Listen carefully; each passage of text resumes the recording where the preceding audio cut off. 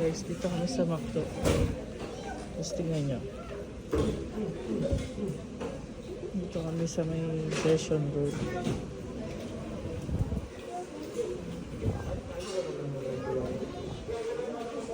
Look, wala na silang Sunday. So, hi! Nandito kami ngayon sa 456 Hotel in Baguio. Malapit lang siya. 5 minutes walk. Namiss mo si Daddy? Pababa ng Burnham. So, ang dinner namin ngayon is McDonald's. So, namimiss niyo na ba yung yung McFlurry or mga Sunday ice cream ng McDo? Kasi, miss na miss ko na yung ice cream ng McDo. Ang dami namin pinupunta ang McDonald's na wala kami mabili at iisa lang yung dahilan nila.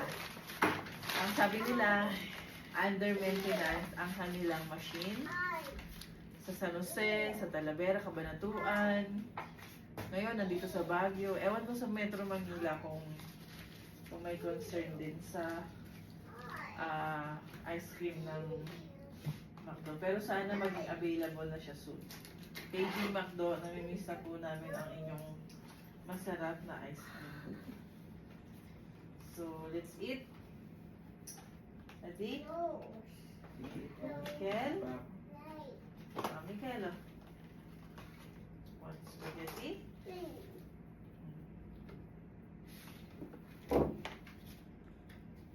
What? Ah!